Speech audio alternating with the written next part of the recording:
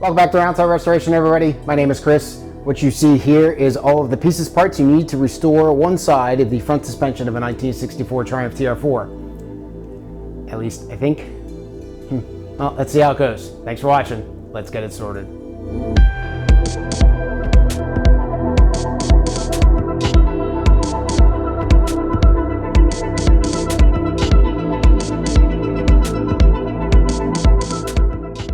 So this is everything, like I mentioned, that you'll need to restore the front suspension on a Triumph TR4. A lot of new parts here. The trunnions are new. All the bushings are new. The shock absorber is new. I got Coney shocks. I got the upgraded thicker spindles for the vertical links. I'll explain that more when I get there. The springs are new to the car, but not new to me. They still had the Made in England stickers on them, and they seem to be in good shape, so I'm going to hold on to them. I did not buy new ones of those. All the bump stops, all that rubber, all that stuff's been rebuilt or renewed. Everything's been sandblasted and painted, and if you want to watch that video, you can link up here. But otherwise, there's a lot of stuff you can do on the bench before you have to go over to the car. Most of that involves putting the bushings in. One thing I will point out is you do need a reaming tool, a 5/8 inch reaming tool. I'll show you that here in a second when I get to those bushings. But otherwise, everything should work out as long as you get prepped. So important to prep and get ready to go here. But once we're ready, we'll get into it. So here we go. First thing we're going to prep here is the shock absorber. The top is really easy. The Coney kits do come with rubber and hardware and everything that you need. So you don't have to get anything extra. At least the Coney kit that I bought, you don't have to get anything extra. But essentially for the top, you've got like a bottom washer and it's a cup washer. So that goes on, and then I got a poly bush seal there, or bushing there. And then the other bushing will go on, and then the top cup washer. And then in between these two, and I'll show you obviously when we get over to the car, in between these two is the top of the shock tower. It gets pinched in there. And then you've got, show you this real quick, you got two nuts on here to tighten everything down. And you got this little top hat cover that Coney supplies. Kind of cleans up the appearance a little bit. So there's that. In the bottom here, you can see there's a big hole. And in that hole goes a pair of bushings, and they're split. So you get one from each side like that. So we'll put those in there and get those tightened down. And in between that goes this contraption here. And it essentially is what bolts and aligns it now to the car. So that this is the one part that I told you where you're worried about the spec. And essentially you're worried about the space between these two bolt holes. So the bushings are going to tend to flare this out. So you got to tighten it until this is the bottom of the shock pan. So this will go into the car like this, and the spring, excuse me, the spring pan, the spring will come up here, and the shock comes up through the bottom like so, like this. These four bolts under here, which I've got nuts and washers on already, that's what this bolts to. So when you put this in the shock, you've got to tighten it down and compress those bushings enough that this whole four bolt holes will line up with the bolts on there, the studs that are on there. So it's not tough. You just tighten it until you're good, and then you make sure. But that's one thing you want to dry fit before you get involved, because it obviously makes it easier on the bench. So we're going to use some super lube, which is synthetic grease that I got. Just going to be lightly, just essentially as an assembly, and to kind of cut down on the squeaking. I did use polyurethane bushings on my Spitfire. It still squeaks and stuff when you go over bumps. So I'm hoping this stuff will take care of that.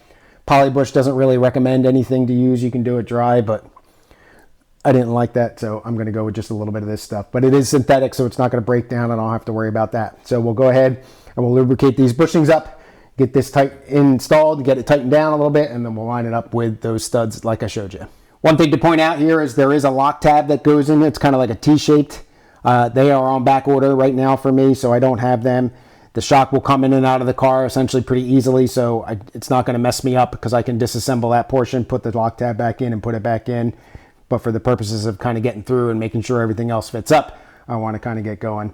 So I've got everything lubricated here with the super lube. Just go ahead and put this in.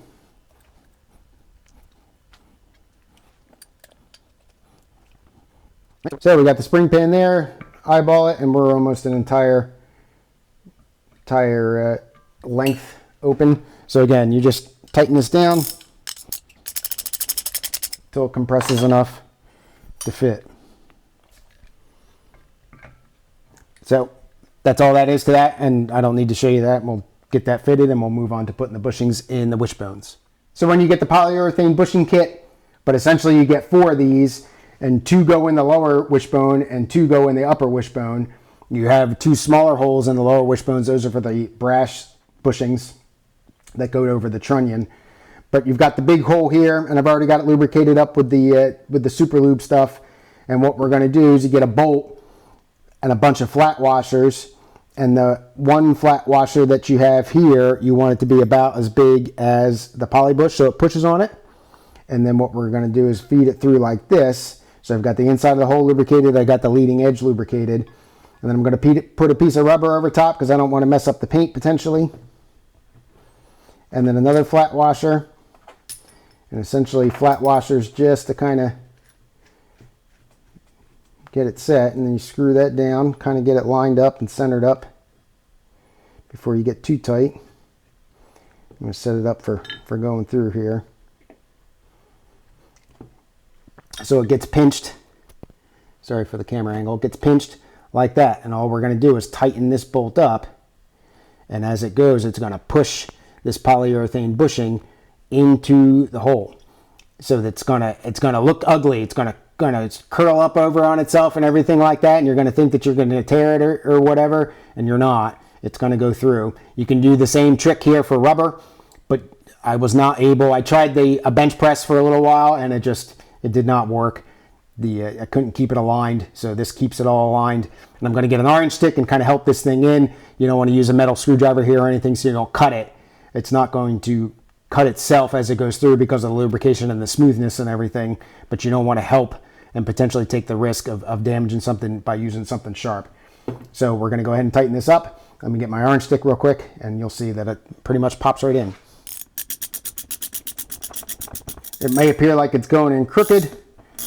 It's all right. I'll show you here. See how it's starting to go in. I know it's all black here. It's kind of hard to see, but you see that one lip is starting to go in. This other stuff, you can even help it with your finger. It doesn't take a whole lot, again, because of that lubricant that's in there.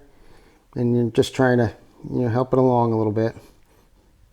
Doesn't take a whole lot. And again, see how weird that looks? Trust me, it'll go in and it won't damage it.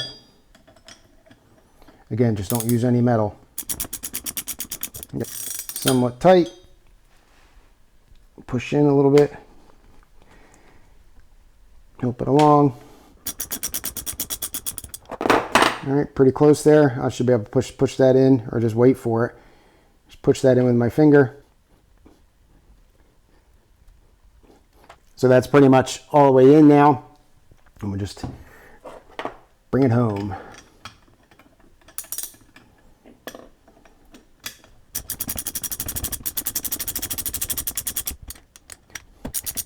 Unfortunately, I ran out of threads there. If you run out of threads like I just did, all you really need to do is just add more flat washers. Give yourself some height here. Easy enough to do.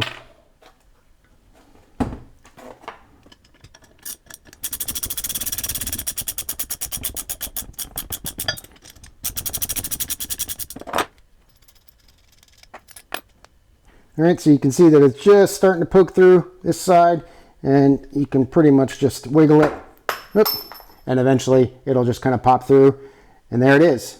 That's all there is to it. So it takes a little bit of finagling, a little bit of persuasion, but all in all, it'll come right through for you. So now that this one is done, we've got the brass ones to put in, but I'll come to that second. I'm going to go through and do the polyurethane on the rest of these. I won't show you that because it's the same exact method, using the same exact bolts and washers and everything. They're all about the same size. And when I'm ready to do the brass ones, I'll come back and show you the woolies with that. Now that the polyurethane bushings are done, next up we're going to do is the smaller brass bushings that go on the smaller side of the lower wishbones. These are what go over the trunnion. So essentially they'll come in and they'll kind of go like this. And that obviously doesn't fit. So what you've got, and I picked these up from the Roadster factory, and I ordered 6 of them, even though I only needed 4, because you got to ream these out by hand. I wanted extras in case I screwed one up or didn't ream it properly or whatever. So you got the bushings here, steel on the outside, brass on the inside, and they are split. If you can see that cut in them, so they're completely split. And as you push this in to the housing of the lower wishbone that's going to compress, and it'll compress so far that it will not fit on the trunnion. And right now it's pretty loose. I can go on and off, but when you close up that little space right there, which is probably only a couple thousandth, but when you close that up, you're not going to be able to get that trunnion on. And if you don't hand ream it and you try to smash the thing in, you're going to destroy either the trunnion or the bearing, and that's not how it's made to work. The other thing to point out here is, in addition to the split, which allows it to compress, you've got a hole, and that hole is pretty much right in the center of this thing, which corresponds to a grease hole that's in the bottom of the wishbone. So when you go to press this in, you got to make sure that that hole lines with your grease hole, so that when you go to grease this thing, you actually get some grease in there. And there's grooves cut into the center of this. You won't be able to see it, but as you grease it, the grease is going to move through those grooves and press out, and it's going to allow the bearing and the trunnion to be greased. And there's also other pieces, parts, thrust washers on there that I'll show you when we get to that point. So we'll go over to the press these in. I'll show you how they fit or not fit after you do that. What I did was take a black Sharpie and mark a straight line across like the center of the grease hole. And all that's to help me do is kind of line this up a little bit better so that I can eyeball it. So we're going to go ahead and get this set in here, and then we take a hammer and just kind of knock it a little bit just to get it started. The ends are tapered, so it helps, but I don't want the force of the press to get it started crooked, so I don't score the bearing if I can help it at all. All right, so we'll get the hole lined up, and I know my hand's going to be in the way here. Trust me. All right, that hole lines up pretty well. So now we're just going to take the press and finish it off. Piece of wood here just to kind of prop it up to get it essentially as flat as I can. Doesn't need to be perfect.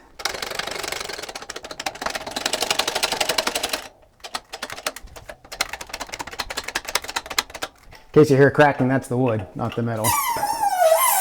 So that guy is in there. The hole lines up. Not perfect, but the whole hole is exposed. I don't know if you can see that. So now, however, what you don't want is you don't want this to be proud at all here on this face. And it's a little sunken in here. So what I'm going to do is I have an appropriately sized socket, and I'm just going to press on just the bushing and press that in just a touch, because this is going to ride up on the side of the trunnion. So you don't want the potential for messing that seating surface up. So again, socket's almost perfectly sized here, and we're not going to go in much at all, just enough to get it a little bit recessed. All right, that's it. Just a touch. Check the other side, make sure I didn't go in too far. No, that's flat. That's flat. So there you go. So that bushing is in there, and I don't know if you can see that hole. I can't really see the camera, but that's fully exposed, and that's good to go. So we'll do the other one just like that, and then I'll come back and show you about the reaming part of it. So obviously back over the workbench here, I've got the trunnion. We're going to measure this up, and I'm looking at, again, these are about 5/8, which is 0.625, and I'm looking about 0.629. About the same on the other side. If I measure the inside of the bearing, I'm getting about 0.621 or so, give or take. So obviously this is smaller now that it's compressed than the trunnion is, and I can't put the trunnion in, and it's not even close, really. But I don't need it to be, nor do I want it to be. What I've got here is a reamer, and this is a hand reamer. Now this is a 6 flute. I also bought an 8 flute, and I bought an adjustable one because I wasn't sure what I was going to get. But you can see that I can't press this in. So essentially what you do, it's like a hand drill, and it is tapered on the end a little bit, so that helps you get started. The more the flutes, the smoother the cut you would expect.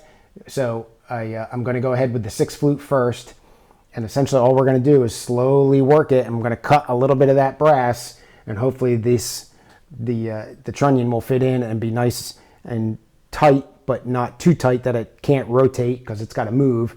That's why it's greased, but it doesn't wobble, because you don't want wobbling in on this, because eventually it'll just round itself out, and then you've got serious issues with it not staying flush. So we're going to go ahead, get back over to the bench, put this in the vise, and slowly work it. I've got cutting fluid for this, and this is one of the reasons why I bought extra bushings, in case this gets messed up. But otherwise, this is kind of a one-shot deal. You do this wrong, and that bushing's going to come out, and you got to try again. So let's get over to the bench vise here and see how it goes. Got the reamer set up. I did take a level of the trunnion, or excuse me, the lower wishbone to make sure it was as level as I could get it. I also took a level on the handle of the reamer tool here, using this little guy. So hopefully this will be as level as I can get it. So when it starts to go through, it will self-align, but I want to start off as straight as I can. So we're just going to go really slow. I did put cutting fluid inside.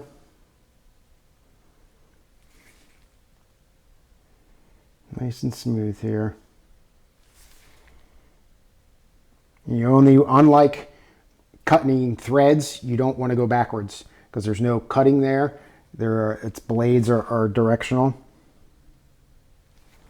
So you want to make sure that you're only going in one direction. Try to go smooth and even. Again, like cutting threads, let the tool do the work. I think you can see the brass that's falling out the bottom. Copper, brass, whatever it is. Probably I'm always wrong. But it feels pretty smooth here. And of course the battery dies at the most inopportune time. But I got that cut. You can see, I think, all the shavings that are on the bottom there. So when I pulled it out, one, to point out, it's got a taper that I showed you. So when you're reaming it through, you want to ream through past that taper so that you've got an even size all the way through the bearing. And then when I pulled it out, I essentially continued to turn it in the clockwise direction, but lifted it so that I didn't score it or scrape it or anything like that. So now that one should be good. And again, copious amounts of cutting fluid. Be afraid to use that stuff. And we'll run a rag through here. It's not perfectly smooth, but it looks pretty good. Again, I think because the grooves are in there for the grease, if those weren't there, the reamer might work a little bit better. But because they're there, I think that's causing the reamer to kind of skip a little bit. Maybe the adjustable one would work better. So now we will do the other one and then cross our fingers and hopefully they fit. You want to make sure that you clean up all the spare cuttings and all that kind of stuff. It'll get in the grease holes and everything, especially if you're using cutting fluid, which I recommend. It'll stick in there. So take a rag or a blowgun or something, get all that stuff out of there. So we'll present the trunnion here. It's going to go like this. This is the steering stop back here. This is where the vertical link is going to screw in. So that should go in nice and smooth. And that one is fighting me. That's unfortunate. Let's try this one. That one goes in nice. Not really any, there might be just a touch of play, but not much. And more importantly, it rotates without wobbling. So maybe this one over here. Well, let's see. If this side fits into here, then I know that could probably stand to have the reamer run through it again. Yeah. So this one probably can have the reamer run through it again. It fits that way and then it kind of stops. So that would tell me maybe I didn't run the reamer all the way through, though I did check. But we're going to go ahead, go back over to the bench with this, put some more cutting fluid in it, run the reamer through again. Maybe I'll come it from the opposite direction here and make sure I don't have anything stuck in there. It doesn't appear to be anything that would hold it up. But we'll clean it up and then come back and then we'll start putting stuff on the car finally. So finally over to the car here, we're going to put the stuff together in the order that I found most easy to do. Again, I'd done a dry run or two of this before, so I would recommend you do that once you get everything kind of cleaned up and ready to go, or whenever, just to you get your head wrapped around how the stuff has to go together. Also, as far as the torques go, I'm going to torque everything down for the non-moving parts. So like this guy right here is the upper link to the chassis. There's 4 bolts there. That's going to get torqued because that's not going to really move. The concern with all of that is as the suspension would flex under the weight of the car, you want that stuff to be tightened down as the car rests. Well, there's no real car here, right? There's no motor, there's no gearbox, there's no body. So it's going to be very, very light. So the suspension is going to be very high. So if I torque everything down, You're going to kind of lock those bushings in into an artificial level, and as you put more and more weight on the car and it starts to settle, you could pinch something or tend to bind stuff up or whatever. So for that stuff where I'm worried about rotation and a flexible stuff, I'm going to get it tight but not torqued. I did the same thing for the Spitfire and it seemed to have worked well. So the first thing, like I mentioned, is going to be this upper fulcrum pin here to the chassis. The 2 bolts in front, they're about 1 inch long, 3/4 inch long. Again, all the bolt lengths and everything are going to be in the description. And the back ones are nuts and bolt combination. They go all the way through. And that's these guys. These are like 2 3/4 inches or something like that. So we're going to go ahead and get that in because it's easy, and we'll get that tightened down. So flat washer, lock washer here, and the 2 little guys in front. Oh, before I forget, one other thing I'll point out is if you can see this, it's kind of cupped here, and that is going to make way for the shock to come up through. The shock is going to come through this hole here. So you want to make sure if you put it on backwards, you're going to see obviously that it's going to interfere. So you want to make sure that you put it on the right way, but it is pretty obvious when it is not the right way. These bolts go through in the back here. Like I mentioned, they go all the way through, and they're going to get secured with a nut on the from underneath. You do have, this is where the spring is going to go up in here. This is the spring tower, and there is a rubber, or in my case, a polyurethane bushing that goes up there. The bolts and the nuts may very minorly interfere with that, but what I do is leave that out, get everything torqued and tightened down, and then we'll put that bushing up there. I'll show you that here once I get this situated. So we'll get these in, get these tight, and I'll come back and I'll show you how that bushing goes in there. So those bolts for the upper fulcrum pin are tight and torqued to 2 7-foot-pounds. The spec is 26 to 28. And you can see the 2 nuts coming down from the bottom here. And this is the bushing. So essentially we're just going to push this bushing up in here. There's a little collar, if you can see that. And this bushing is kind of the mimic of that. You're just going to go ahead, you got to kind of slide it on here. Put the camera down and I'll show you when it comes up. So you can probably see that the nuts are just getting in the way just a touch with the with that bushing. So you kind of sneak the corners in there, but now that's in there. So now that'll hold the upper spring and the bushing for that upper spring. So now we can move on, and I'm going to put the upper wishbones on next. So next up, what we're going to do is put the upper wishbones on. These are handed front and back. So if you can take a look at these, you can see that this one up here is a lot more of an angle to it. This one's a little bit shallower. If you look at the workshop manual, part number 133504 is the one with the more angle, and that is the front. So we'll get that guy in the front. And again, I use the super lube here to help lubricate the trunnions and all that, or excuse me, the bushings here. And they should go on pretty easily, a little tight. And sometimes if they are painful, I've got a rubber mallet that'll help me.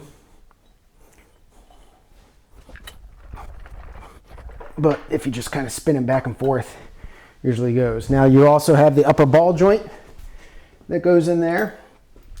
And on the upper ball joint, you see it's got a grease fitting on top. You want that grease fitting to face out at you. So once you put it in and get it all the way tight, wherever it kind of lines up, the ball joint, doesn't matter if it goes in, you know, which orientation, you want that just easily accessible. The workshop manual does show the bolts going in a different orientation. The back bolt here goes in with the bolt going this way, and the front one goes in this way. I don't know if it matters, but that's how it does it, so that's what I'm going to do. And these get a nylock nut and a flat washer. And this is one of the bolts that I had to, whoops, that's not the right one, that I had to special order. I think these are 3.5 inches, if I remember right. And also I'm going to put the washers and the castellated nuts here on the top. And this is one of those rotational spots here on the top where they bolt in, so I'm just going to tighten them. I'm not going to torque them. They also get cotter pins. I'm not going to worry about that now either.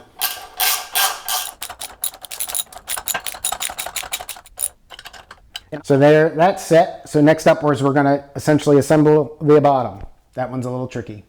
All right, folks, kind of an abrupt ending, but I'm going to end it here based on time. Next up, we're going to put the bottom of the suspension together. It's a lot more tricky, so stick around for that video. Thanks for watching. Have a good rest of your day. Cheers.